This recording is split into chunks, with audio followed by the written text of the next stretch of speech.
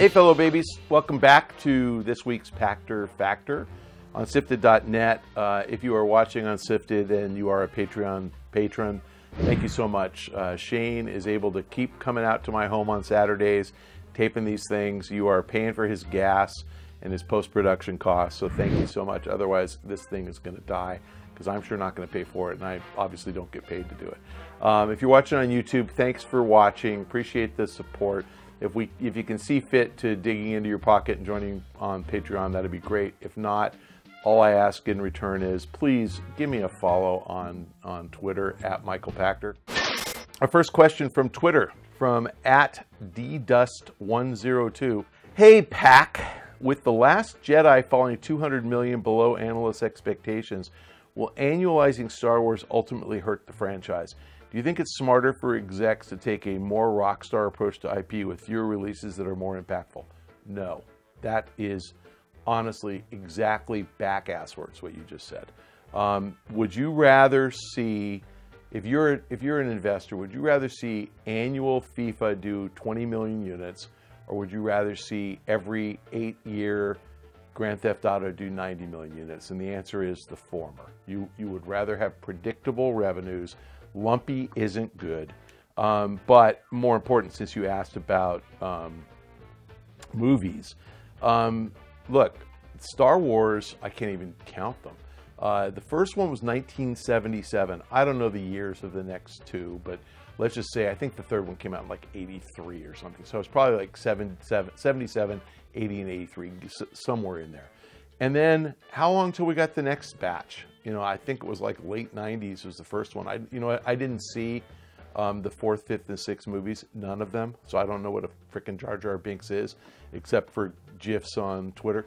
But the next 3 came out, you know, in the 15 years later for that decade. And then we went dark again. And then Disney bought this thing, and suddenly we have them every year. And I promise you, Disney is making more money on Star Wars than Lucas did, by a lot.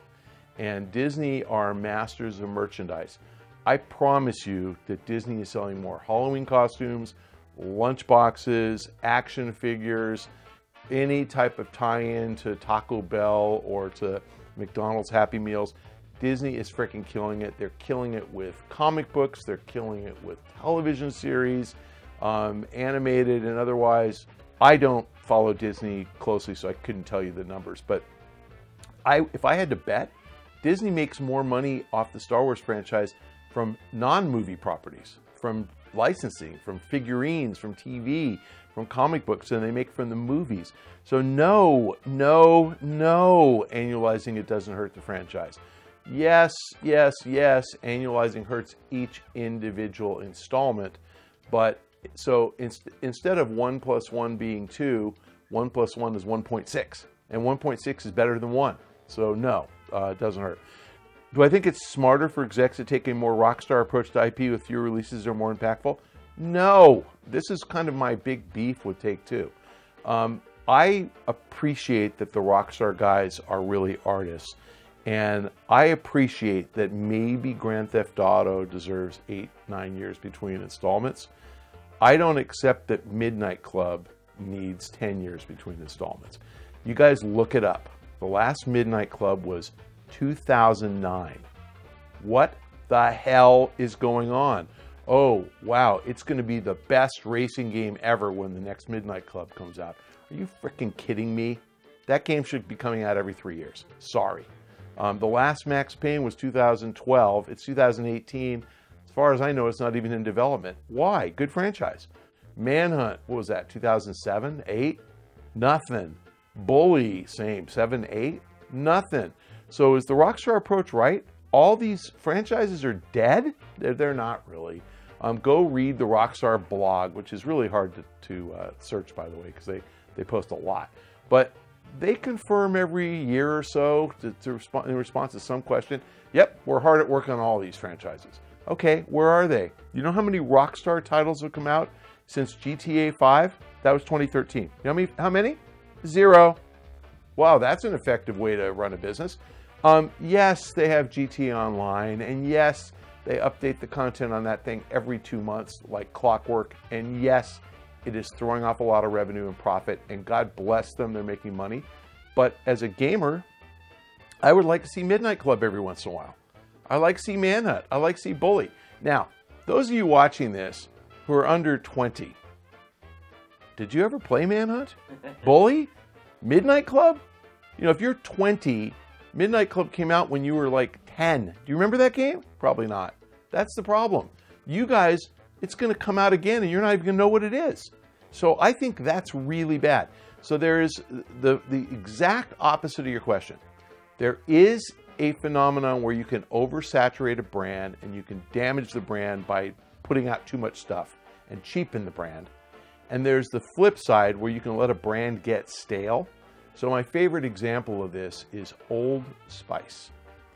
And you guys obviously know what Old Spice is because they advertise all the time. It was a dead brand. And some really smart marketing person, 40 years later, said, oh, here's this old brand no one's ever heard of. And they get a really good looking model. And you're like, I want to be like him, you know? So yes, it works. So yes, you can kill a brand. Yes, you can bring it back. And I'd say Rockstar is more like that than they are like Star Wars. Next question from SIFTD from Surf Spider. Microsoft first-party games of late have all been baked with microtransactions. Why do you think Sony has yet to corrupt its first-party games of this practice? That's interesting. You know, Microsoft, I don't want to say Microsoft invented loot boxes, but I remember when Halo 5 decided that they were going to just do monthly free DLC. And when Halo 5 came up with, were they called loot crates? What were they called? Rec packs, yeah. Requisition packs, right. And it had, you know, like health. It had health ammo. It had all sorts of shit in it. But it was loot boxes. So they came out and they were bragging to me about how the numbers for, this is interesting, the numbers for regular Halo 1, 2, 3, 4, not ODST, 1, 2, 3, 4, I'm making these up just to illustrate. They sold about 8 million units of the game, again, my number, but they would have, you know, by the time the first DLC came out, they would still have 6 million people playing. And they would watch the number of players drop to 4 as soon as the first DLC came out, because on the old games, because they charged for DLC. Obviously, not everybody's going to buy it. So a third of the people didn't buy it, and their friends went off doing something else, and they couldn't join them, so they quit. Then the second DLC came out, and they go from 4 million to 2 million. Again, I'm just giving you illustrative numbers, but it was that kind of order of magnitude. Then the last DLC would come out, a third or fourth, and it would go from 2 to 1, and then 1 to 500, and they lost their audience. So they told me that 6 months in, with monthly DLC on Halo 5, they were at 90% engagement from everybody who bought the game. So it didn't drop. And so the point of these loot boxes, which I think a lot of you guys miss, is the publisher really wants you guys to keep playing their game. Like, they think that's good for branding. They want to delight you. And you don't have to buy rec packs. You don't have to buy loot boxes to play the game.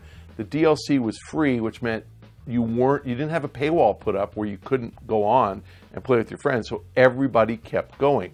So the answer to your question is, I think you're going to see a lot of emulation to this model. Titanfall did that. I think Sony will do it. Sony's pretty slow to respond, but I think they will do it.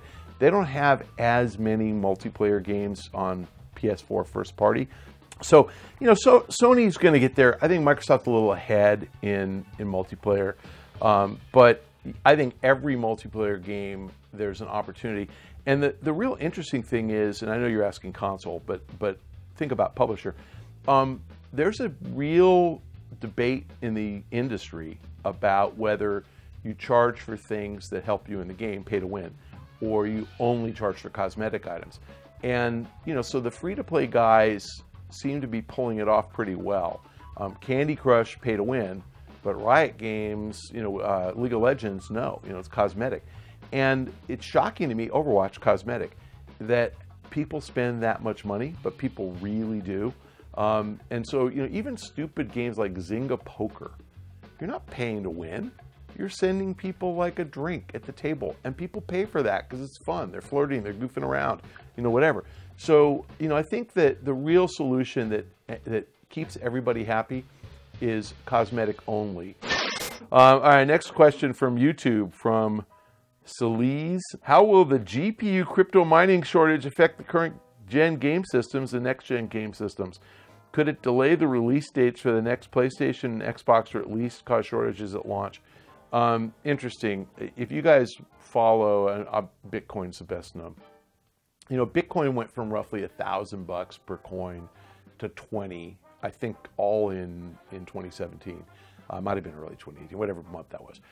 And it dropped from 20 to 7,000 in like a month. With the market went down too.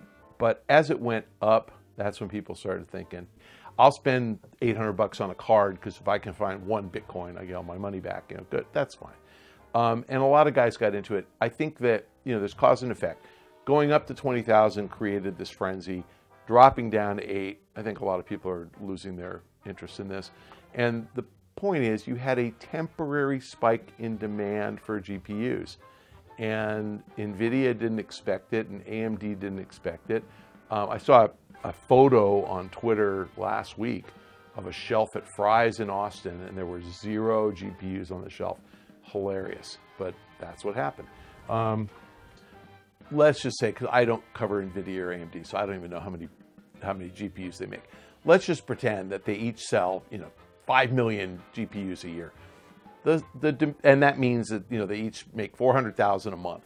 Well, demand spiked from 400,000 to 800,000 in 1 month, and they ran out of inventory. That's what happened. If they see that sustained for a few weeks, they increase production, and you have more. So this is like saying, oh my God, you know, the Nintendo Switch was sold out in March. Am I never going to be able to get one? They were in supply and demand balance in September. That's what it takes, 6 months. So no, there's no next PlayStation coming in the next 6 months, or Xbox. And so no. Second, those guys will never be state-of-the-art level technology. They will always be what is called colloquially the commodity standard. So when they launch, they're going to have CPUs and GPUs that are commodities. You can't make an Xbox and sell it for under $500 if you put an $800 GPU in it. So to sell it for $500, max your GPU is $100. So you're talking, you know, NVIDIA GeForce 1050 or something that's much, much, much less costly. And so no, 0 probability. And what happens is when Microsoft decides they're going to build the next Xbox, they sit down with AMD typically, that's this generation, it could be NVIDIA, and they say, let's design a combination chipset, CPU and GPU on a single chip, and let's come up with something that you guys will commit to us, you AMD, you will charge us, you know, $75 per unit in perpetuity. And so you might lose $20 on the first 10 million, and you're going to make, you know, $50 on the last 10 million, and so it works out. And AMD will do it because they want bragging rights. So no, no, and no. The GPU shortage is not going to impact console launches or supply. Don't worry about it, and don't buy a GPU to chase crypto. It's a bad idea. Next question from my good friend on Twitter, @Tito Wrestling. He's a good dude. He's in Ohio. Go Tito. Love Ohio. Love you. Do you believe that big budget games peaked during the PS3, Xbox 360 era, and gamers are now more comfortable playing shorter, cheaper mobile games that don't rely on impressive graphics? Wow. You know, the difference between now and 2007, 8, 9 is that everybody's got a mobile device. It's sort of like YouTube. How big was YouTube in 2000? Not, right? And I think Google bought YouTube for $1 billion, and people couldn't believe they spent so much money.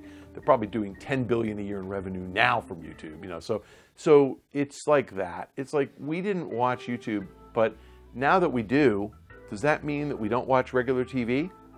Some. It's gone down. Does it mean we don't consume as many movies? Some. It's gone down. But the point is that YouTube has gone from 0 to, you know, billions and billions and billions of hours of consumption, and TV viewing has dropped by like 5%. and movie viewing has dropped by like 5%. So it isn't a direct offset. We're filling up our day with more and more activities that are more approachable, less expensive, like mobile games. There are very few people who say, I will never watch a 30-minute sitcom again because I'm too busy watching YouTube videos. I just don't think that person exists. I get a person who says, I won't subscribe to cable TV. Back to what people care about. You asked about the big budget games and did they peak? No, you're still getting big budget games. You're probably getting bigger budget games. I don't know how many people worked on Red Dead, but let's just say 200. Rockstar has 900 people, and obviously it's a big secret how many work at Rockstar San Diego. I would say 200. They've been working on that game 8.5 years. So if they are paying just kind of standard 100,000 average wages, obviously, you know, some artists get less and some producers get more. 100,000 is reasonable. Times 200, 20 million a year. Times 8.5 years, $170 million. That's a big budget game. So no, you know, in Destiny, Bungie has 400 people. You know, they only took 3 years, but that's 40 million a year, 120 million. So no, big budget games are going to continue. The number of big budget games, good point, that's down. And that's down because the price of a game has gotten so prohibitively expensive that no one can take a risk. And so you get fewer and fewer new IPs unless you are Blizzard, who mints money and can afford to do it. It was a surprise, for example, to find out last year that BioWare was working on Anthem, new IP. But I think what really happened is Bungie Destiny, proved out that there's demand for that type of a game experience. And I think that EA astutely said, you know what, BioWare is talented, they can do something like that. And I think the BioWare guys said, let's get to work on it. Now, I actually believe the idea for Anthem arose after Destiny launched in 2014. I think they probably started work on that game in late 2014. And I'm pretty excited Casey Hudson's back. But that's going to be a big budget game when it comes out, and it's going to be a good big budget game. So no, I think that the number is probably down, but I don't think they peaked. I think there's plenty of room for them. Just the idea that we are talking about Red Dead doing 20 million units, that's, you know, there's demand for games like that, for big budget games. And at 20 million units, I mean, they're going to do $1 billion of revenue. So trust me, they're getting back their investment. So no, I think that I think each publisher is going for more big budget games. It just, in the aggregate, there are fewer publishers. There used to be 11 Western publishers. There's 4 now. That's it for this week's Pachter Factor on SIFTD.net. Thank you for joining us. I hope you are watching on Patreon and are on SIFTD as a Patreon patron. And if you're not, if you're watching on YouTube, could use a follow at Michael Pachter on Twitter, please. All these Twitter accounts follow me. If they don't, I'm going to block them and they're not going to ask any more questions. Thanks for joining us, and we'll see you next week.